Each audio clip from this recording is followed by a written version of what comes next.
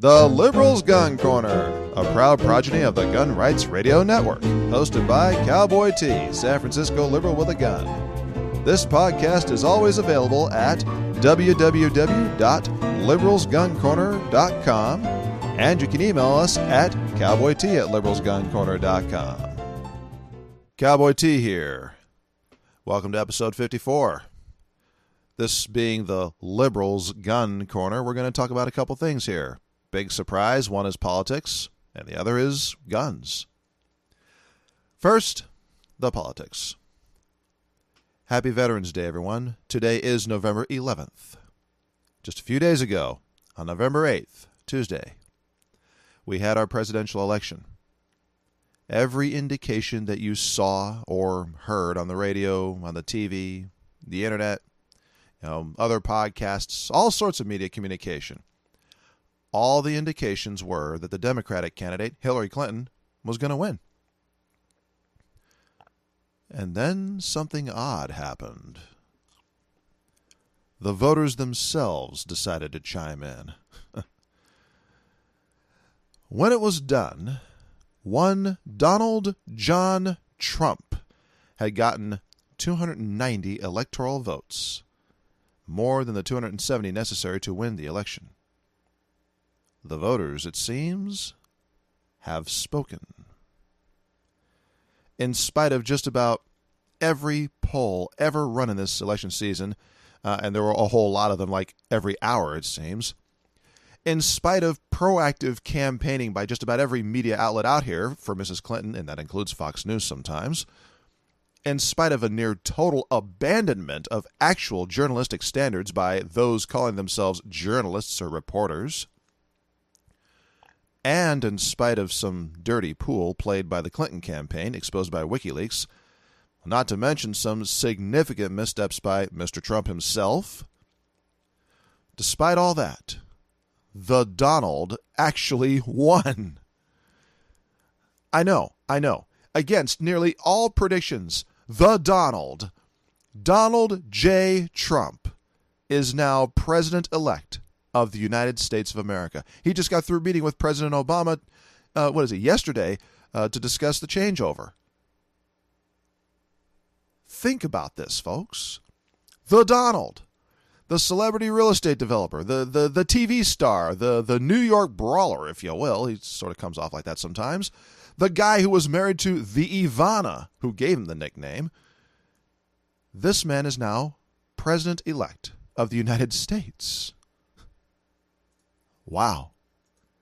Color me a little surprised, folks. A little surprised, yeah. But not totally. I'm not totally surprised at this. The talking heads, on the other hand, they're apoplectic. They can't even talk straight. They thought they could tell the electorate who to vote for and who not to vote for. And that very same electorate told them to go to hell. They don't know what to make of this. The folks at CNN are nearly speechless. The Washington Post people, they don't even want to actually admit it. Oh, man, you should have seen the headlines on their webpage. Woo! And if you really want some entertainment, speaking of headlines, you ought to read the ones for the Huffington Post. I mean, it's really that sad, folks, how they're carrying on. Oh, and get this. Tech CEOs out in California. I still can't believe I'm actually having to tell you this. Tech CEOs out in California are now actually seriously calling for California to, I still can't believe this, get this, secede from the union. Yeah, they're actually dead serious. Wow. Didn't know they were channeling, Jefferson Davis there. They might as well be raising that thar Confederate flag above their doggone houses, because we've been there before, folks, back in, 1860. Folks, this was a major repudiation of the mainstream media, and that does include Fox News, by the way. I noticed that Megyn Kelly's been kind of contrite recently. Here's what she said after the election. Quote, "I've never seen anything like this, and I don't think we're ever going to see anything like this in our lifetimes. I think you'll never have a result this shocking where people got it this shockingly wrong. Close quote. After the way that even she attacked Mr. Trump at the start of the Republican primary race. Yeah, y'all remember that debate? All those people out there? Well, after the way that she attacked him then, I'm not surprised she's shocked. Right along with the rest of nearly everyone else in the media. We discussed this last episode, the level of biased coverage in this campaign. They're all asking, how did he win? Well, as an independent voter who happens to be a liberal, partly a racial minority, and someone who often goes to gun shows, I think I know what happened. Yeah, I think I figured it out. What you're about to hear is not an endorsement or a repudiation of Trump's win. Remember, I had reservations about both of them, Trump and Clinton. But since Mr. Trump is in fact now our president-elect, it's a good idea to take a look at what happened and why. And this is especially true for those of you listening who don't want this kind of thing to happen again. Think of it that way. So, might want to pay attention to this. There are a few things. First, let's address the actual Trump supporters. Now, y'all know I felt the burn. Oh, yeah. And then later I got behind Gary Johnson after Bernie sold out to Mrs. Clinton. Generally speaking, a whole lot of us, the people, are just plain tired of the same old politicians getting recycled back in. Check out Barack Obama's inner circle. Ever notice that about half those people, maybe more, are recycled from President Bill Clinton's administration? You ever notice that? Leon Panetta, Rahm Emanuel, they're just two examples. I'm currently reading a book from the late 1990s called Spin Cycle. It's one of Howard Kurtz's books. And a whole lot of the same names I'm seeing in that book are also showing up in the Obama administration. Same's true of Republicans, by the way. The Bush 43 administration brought in, for example, Richard Nixon's Secretary of Defense, Don Rumsfeld, back from the Vietnam era. Yeah. Rumstud, as he was called, became not just the youngest Secretary of Defense, but then the oldest Secretary of Defense. So there's a recycle for you. Oh, and they also tried to bring back disgraced Vice Admiral John Poindexter. Yeah, that Admiral Poindexter, from the Reagan administration, Iran-Contra. Y'all remember that? Y'all remember him? I sure do. So both the major parties do this. And a lot of us are just we're tired of the same old, same old. I got to tell you, that includes me too. I'm tired of it too. And that's why Bernie Sanders was so appealing to so many of us liberals. Remember that. It's very important to remember this in this discussion. It's not just our conservative brothers and sisters that are sick and tired of the status quo, folks. We liberals are too. Notice how the Democrats actually conspired, the top Democrat folks actually conspired to derail Bernie's campaign, which we now know about thanks to WikiLeaks. Yeah, Bernie's own party betrayed him. And a whole lot of us didn't like that one bit either. Cowboy T included. Well, now on the Republican side, over there, that's also Donald Trump's appeal. Yeah, at least to actual voters on the ground it is. Check out how the Republican Party establishment, whom I call the RPE, threw everything they had against him. They made a, huge effort. And they failed. John Kasich is still pouting and whining and being crybaby at not winning the nomination. Same with Jeb Bush. A couple of crybabies, those two. Amongst the Republicans, Trump was actually the people's choice. Not an establishment Bush family member like Jeb, not Marco Rubio, or John Kasich, who are all part of the machine and thus controllable by the party bosses, and this is well known, has been for years. The people that you call good men. Hey, how is so-and-so and so-and-so? Should we let him in? Yeah, he's a good man. Yeah, he's a good man. Oh, okay. Y'all know what I mean. Turns out Trump, matter of fact, actually owned some of those party bosses, too. Yeah, it's true. As he correctly put it during that now infamous Republican debate last year. That was the one where Megyn Kelly tried to attack him and he swatted her down. The vast majority of his competitors had taken money from him, Trump, for their own campaigns. Imagine that. Dr. Ben Carson was one of, maybe two people up on that stage who hadn't. You know what? Because Trump financed his own primary campaign, that bombastic nature of his actually came off credible. Seriously, folks, people like that. People like it when they fund their own campaigns. Same reason why so many of us liked Bernie back then. We knew Bernie owed us, the people, not the big donors. And at just about every turn, the people, the actual Republican voters, chose Mr. Trump time after time, despite repeated attacks from not just the media, but senior members of his own party, too. In short, the people finally figured out that they're the ones with the real power, not the party officials, not the talking heads in the media either. And oh boy, did the people respond when they figured that out. Oh, same thing happened after the nominations were completed. Let's talk about that now. Now the nominations are over. What happens then? Well, at that point, the media folks went on a full court press, proactively campaigning against Mr. Trump. We've talked about this before. Matter of fact, we talked about it last episode. Now, to be sure, Trump put his foot in his mouth plenty of times. Oh, God. He certainly had foot-in-mouth disease. It became socially unacceptable in many circles, I know because I'm in some of them, to admit support for Trump, in very large part because of the slanted news coverage. Well, you know what that did? That ticked people off. I've learned something else over the years, too. One of those is people don't like being commanded who to vote for or not to vote for. That's a very personal choice in our culture.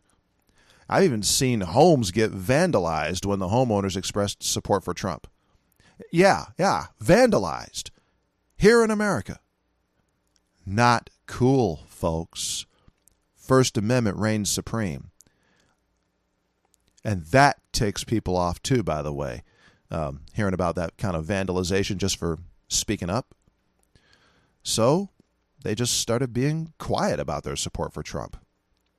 When they were asked, they'd say, I'm undecided, or, yeah, I vote for Clinton, sure, or whatever else. But when they went into that voting booth, they voted what they really thought. And that vote was for Mr. Trump.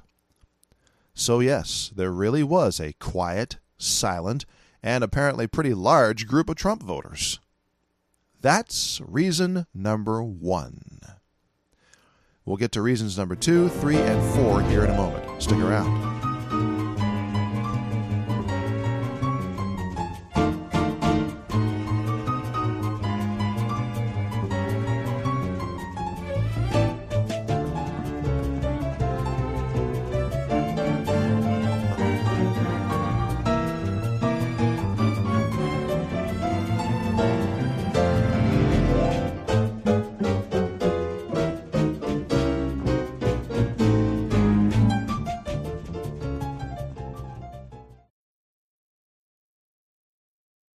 We're back.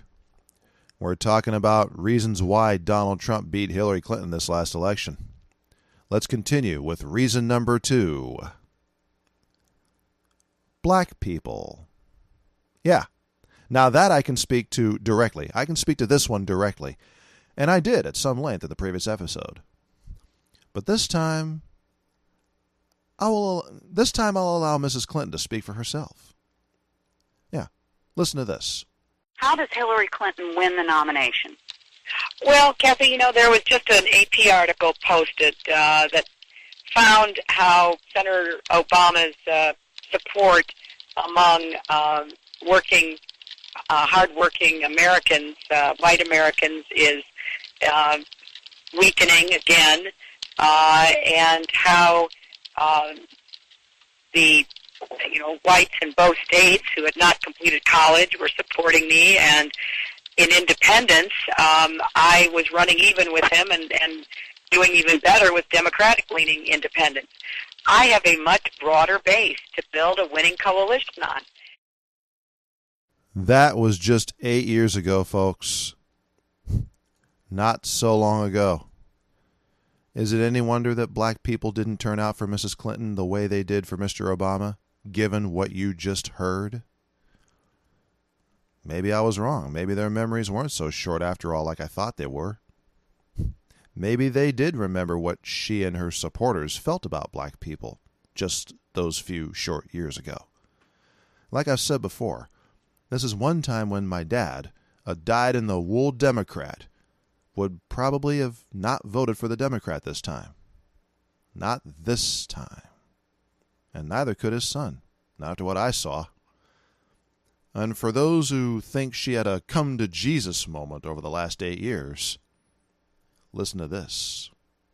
This is and has always been a wet problem of violence. Well, if that is, conversation. I understand what you're saying. Also respectfully. Yeah. Well, respectfully, if that is your position, then I will talk only to white people about how we are going to deal with the very real problems. That's not what I mean. That's not what I mean. No. But like what I'm saying is, what you just said was a form of victim blaming. Right? You were saying that what the Black Lives Matter movement needs to do to change white hearts is. No, I'm not talking about. Look, I don't believe you change hearts. I believe you change laws, you change allocation of resources, you change the way systems operate.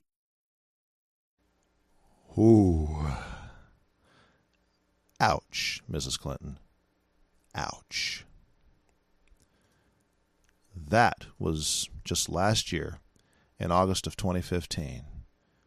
And there can be no acceptable context, quote unquote, for that kind of statement.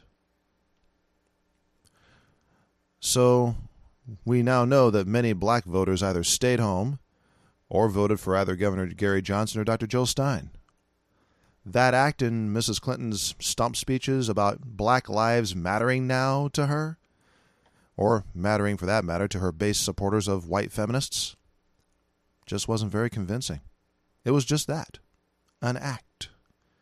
And that's really unfortunate, especially nowadays in the 21st century.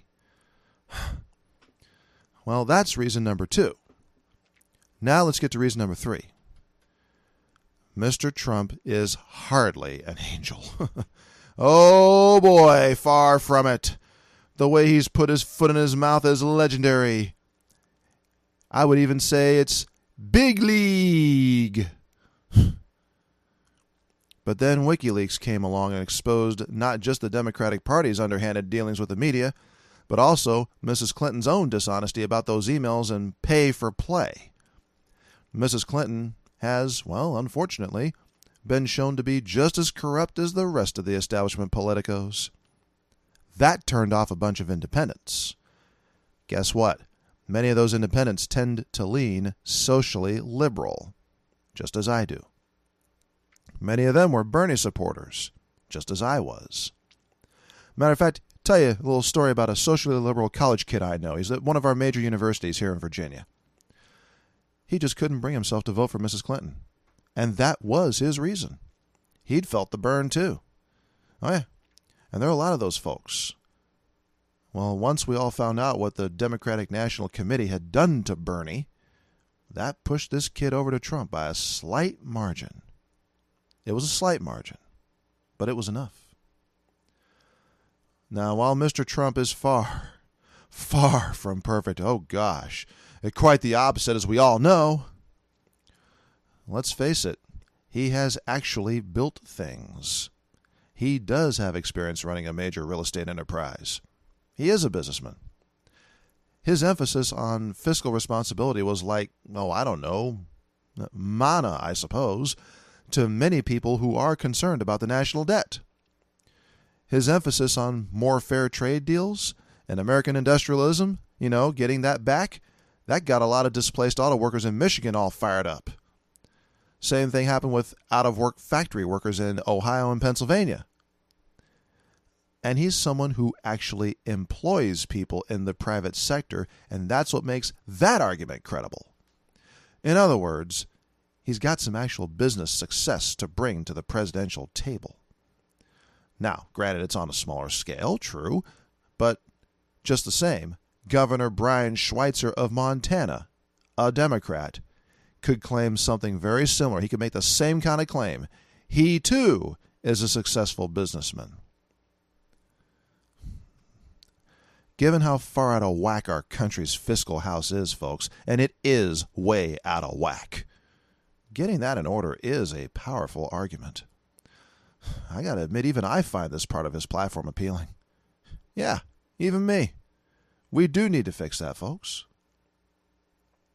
And finally, reason number 4.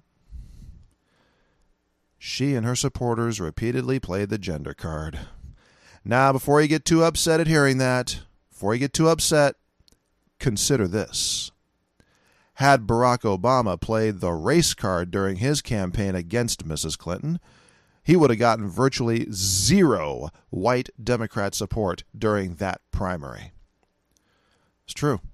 Turns out many American whites, including Democrats, including white feminists, still get really nervous whenever a black person brings up racial issues.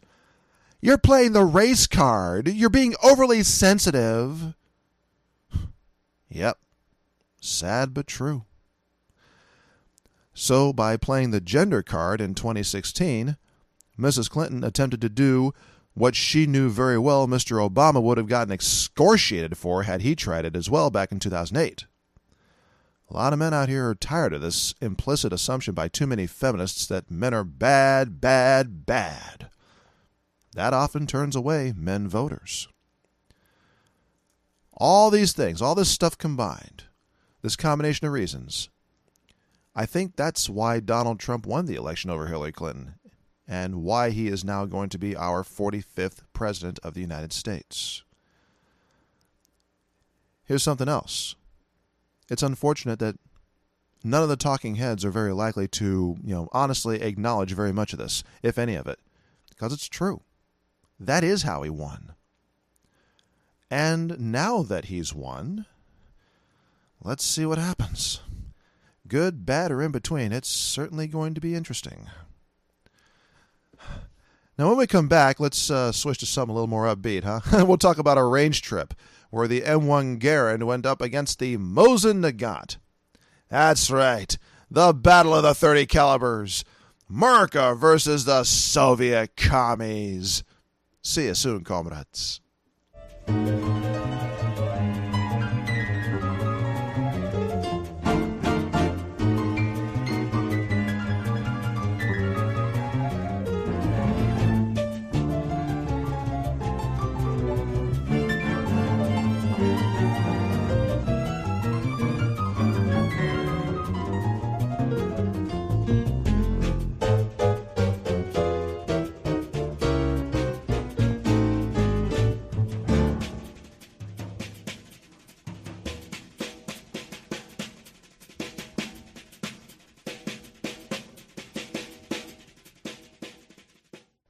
Greetings, comrades.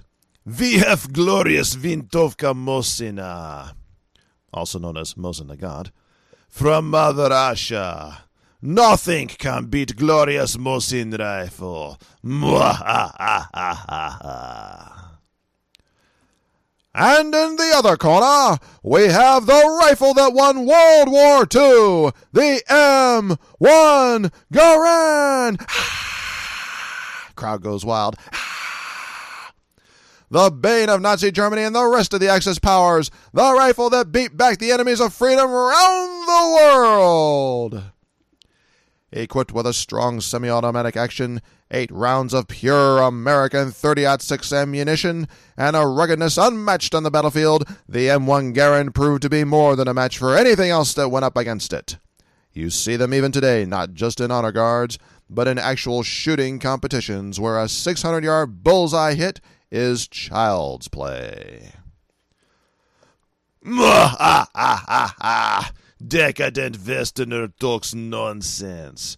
It's common knowledge that glorious Mosin rifle, hero of Battle of Stalingrad, beat back more invaders to motherland than puny American pea shooter. Mosin rifle has barrel that is 1 kilometer long for more power against invader to motherland. Does M1 Garand have 1 kilometer long barrel? Niet! Aha! Sergei Mosin designed strongest action in the world. Cartridge have rim for better headspace. And if this is not enough, comrades, we have bayonet that can reach across Volga River to hunt the deer. So let the competition begin. Okay, that has to be about the absolute worst pseudo-Soviet impersonation ever in the history of the world. And I know that because, well, the guy I was shooting with is himself originally from Russia. Yep. He's a fellow liberal, too. Also a fellow firearms enthusiast. So, since it had been a while, we decided to have a Mosin versus M1 Garand day. Yeah, there's a 100-yard range about, an hour and a half or so away, so we met there for some good, safe, shooting fun. Now, his Mosin is in pretty darn good shape. It's the full-size one with a 29-inch barrel. 1 kilometer long. Well, since I like Mosins too, he was gracious enough to let me put some rounds through it as well. The ammunition was Soviet-era military surplus, I think from the late 70s, if I'm recalling that right. Anyway, it was military surplus Soviet ammo. Once we figured out where it shoots with this ammo, we learned this rifle is able to put rounds into about a 2.5-inch group at 100 yards. Remember, this is with Soviet-era mil-surp ammo. And this rifle could do it consistently, using iron sights. No optics, no scopes. It was great fun to shoot. It really was. Now for the M1 Garand. I brought this rifle. This is a rack-grade rifle from the civilian marksmanship program, which I selected while I was down there at their facilities earlier this year. It's one of the better rack grades.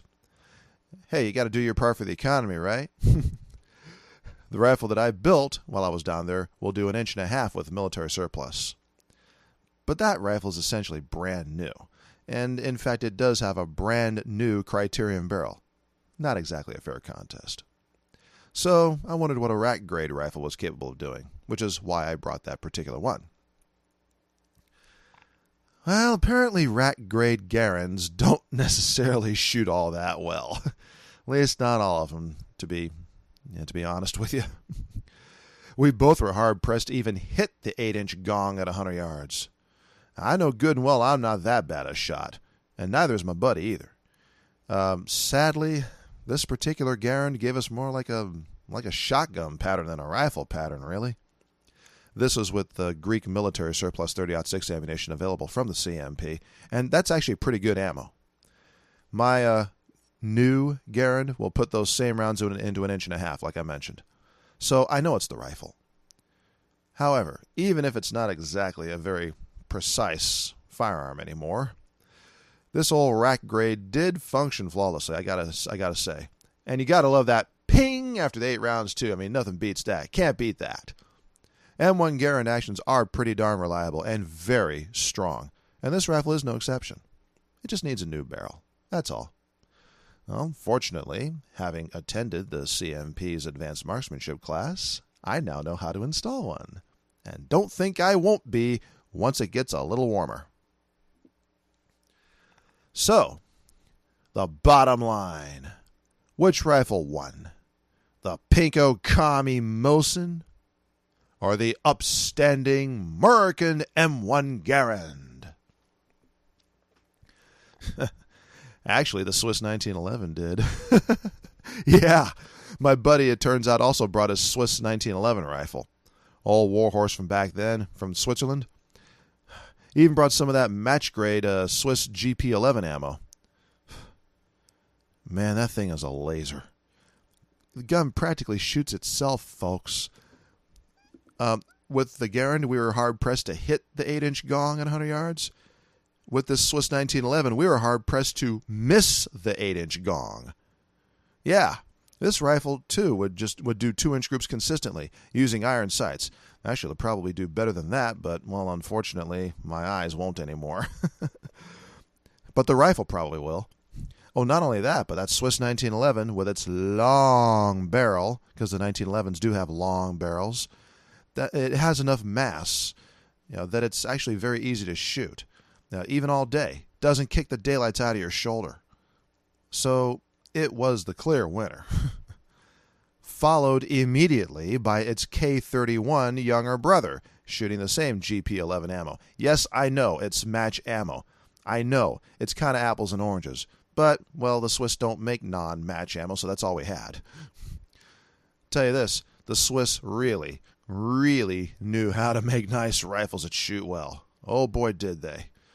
Of course, it also helps that they almost never had to use them in actual combat. Hitler and Mussolini knew good and well what all those Swiss marksmen would have done to their armies if they dared to try invading Switzerland. Let's just say it wouldn't have ended well for the Axis. Now I've got a hankering for a K31 rifle, if I can find one in good shape for a decent price. I thought I had all the guns I needed. Guess it just never ends. But this little story, this little exercise about the range trip also does illustrate that old postulate, that old maxim, that old truth. It ain't the arrow, it's the Indian. That Mosin really did shoot well, folks, and it wasn't hard to make it do so. Mosins can shoot. I know the Mauser guys don't like Mosins, but the fact is that Mosins can shoot well, too. And not that it should need saying, but I personally wouldn't want any of those things pointed at me. Another thing needs saying. Another thing I'd like to point out. It's fortunate for us that we're in a nation where we can enjoy these fine old war horses. Even the worst day at the range has always made me feel better somehow. Not sure why that is, but I know that it's true. It's not just for me either. It's true for a whole lot of other people too. I don't know, maybe it's a celebration of the fact that we're a free people here in this country. Well, it is Veterans Day today. Can't help but think about that. Maybe it's a reminder of the true purpose for the Second Amendment. Hard not to think of that holding those old rifles. Maybe it's just fun practicing marksmanship generally. It is fun. Or maybe it's just fun hanging out with a buddy you haven't seen in a while. Personally, for me, I kind of suspect it's all of the above. Remember, as a Swiss man put it just a few years ago, the key to freedom is the ability to defend yourself. And if you don't have the tools to do that, then you're at the mercy of those who would do you harm. And the tools for that are guns. And that's true no matter who wins whatever presidential election. I think my shooting buddy, who originally came here from the Soviet Union back when it was the Soviet Union, shares that sentiment. This is Cowboy T signing off. Until next time. Until then, safe shooting. Keep practicing. And as always, thanks for listening.